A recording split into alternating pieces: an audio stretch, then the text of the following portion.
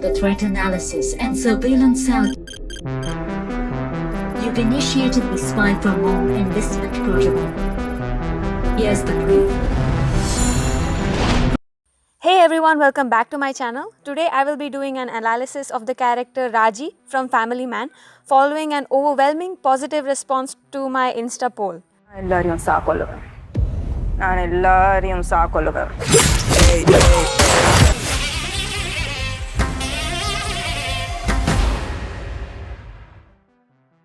In today's video, we will see why we love Raji even though this is an antagonist, what sets her apart from other female villains that we've seen, the rape scene controversy, and the brownface allegations. Raji is an unwavering Sri Lankan Tamil liberation fighter who is on a suicide mission. But why do we love her? I think most of us can wholeheartedly agree that we despise the previous protagonist from Family Man, Musa, after we discovered his true intentions. But even after the point where we discover that Raji is a militant and an antagonist on the show who is going against a very beloved protagonist, Shrikant Tiwari, we can't help but root for her a little bit. I think there are a few reasons for this. First of all, she is extremely relatable. We first meet Raji while she is working in a factory and gets accosted by her superior. Now, these are some of the experiences that most women in our country can relate to. Being harassed on the way to work, on the bus, or having very unwanted male attention when you just want to do your job. And that is the first thing that makes us recognize the humanity in her.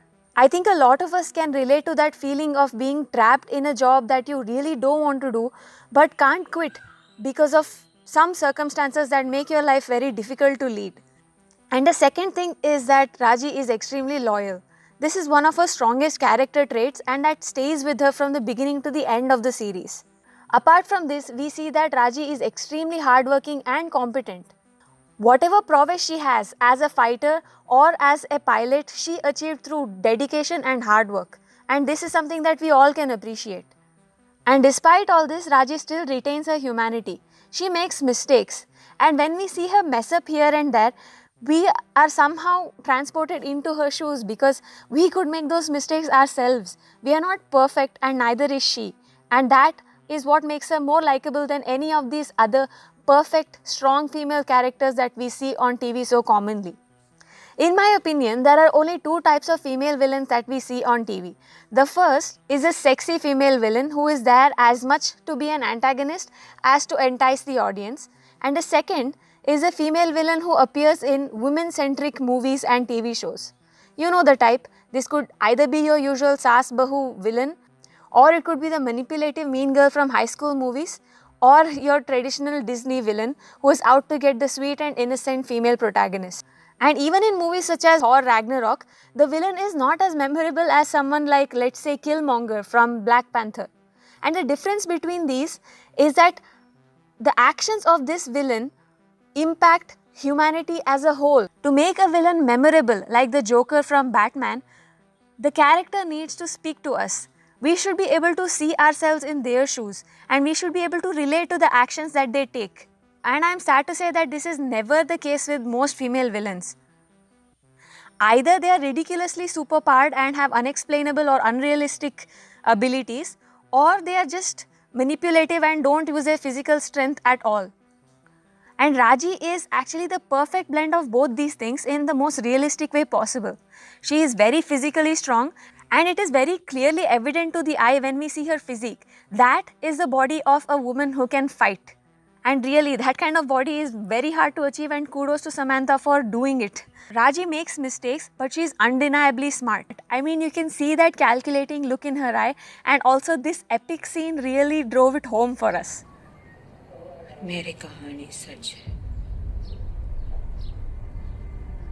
And let's just get this out of the way. Yes, most women are physically weaker than men, but with training, they can definitely find techniques to take men who are way stronger than them down. In any fight, height and weight make a huge difference in who is going to win. But in Family Man, they took care to show that the fighting techniques that Raji uses take into account her comparatively smaller height and weight and still make her an effective fighter. And that kind of attention to detail is what makes her more realistic. And that brings me to the rape scene. So, very often, whenever we see a female character who is on some kind of war path or is in some kind of trouble, we see that she usually has a backstory of rape. It is that after she was raped, she found a motivation or she found some kind of anger that arose in her, and that pushes her into action. Okay, while I do agree that those stories are really empowering for survivors of rape, we need female characters who have other motivations too. Acts of terrorism, acts of war, they impact men and women equally. It's not just that they are sad that they lost their brothers, husbands or fathers to war. Okay, they are impacted by it too. Their lives are turned upside down by these things. And ignoring that these things can motivate female characters is one of the biggest pitfalls of fiction as it is today. You will find male characters with any kind of motivation, like I want to be the Hokage, for instance. I want to be the king of pirates. I want to protect my family and loved ones. Or the also very common, someone killed my girlfriend and now I am mad trope. Women can also have similar motivations, and not just, losing their children or being raped should serve as motivations to female characters. And that really was a deciding factor to me in liking or disliking the character of Raji, because even though she went through rape and a lot of harassment in her life through the hands of men, that itself didn't motivate her to kill humanity, because she was able to differentiate those men from others who she admired, like the guy Sajid, who they both had a cool kinship with. And also, side note, I really love the fact that Sajid respected her as a soldier rather than just falling for her because she was a girl, basically. Okay, so, and I really loved the role reversal where he was the one who took down those Sri Lankan soldiers while he hid in the back holding down that Jebaraj person. And even when she was hurt, he was the one who was providing comfort, and all these things are usually done by female characters, so I really like that reversal. And that is what I mean, like roles need not be relegated to common gender roles, because human experiences are common. Men and women feel the same things because at the end of the day they are both humans. Don't get me wrong, I am not minimizing the impact that rape can have on the life of a woman or a man. All I am saying is that it is really refreshing to see a female character who has goals that are much larger, like freeing her country and the suffering of her comrades and the loss of her friend. Through this show, we see that women not only suffer the human consequences of war and other atrocities, but they also have the additional cost that comes to them just because they are women, which actually is how it is for most women out there in the world. And now coming to the last point of the brown face allegations. So many people, or a small section of the internet actually, took offense to the artificial darkening of the actress Samantha's skin tone in order to play this character. And some of the reasons that they have attributed to this are that her skin was darkened to make her seem less attractive, and I disagree with this, because just because a character's skin is darkened doesn't make her less attractive, first of all. And maybe these people who are opposing this speak from internalized colorism.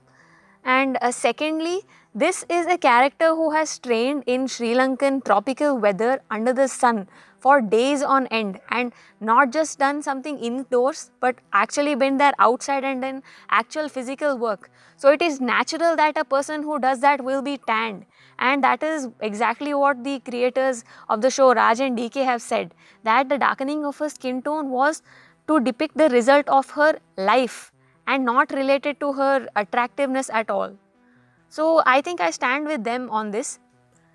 And as for those who make the argument that they could have just hired an actress who already had darker skin, let me just say, look at her. Look at how amazingly Samantha has bodied this role. I can't imagine anyone else who could have done this the way she did. And that is why I think it was the perfect casting choice.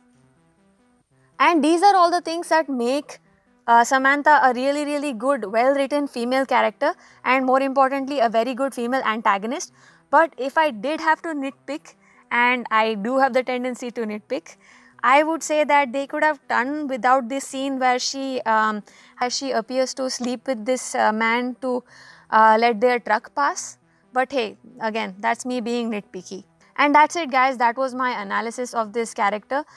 For more analysis like this, please subscribe to my channel. Like I mentioned before, I also have an Insta. You can follow me there. Please like, share and subscribe. It really helps me a lot. If you have any characters that you would like me to cover next, then please drop them down in the comments below and I will really make an effort to do that for you guys. Take care. Bye.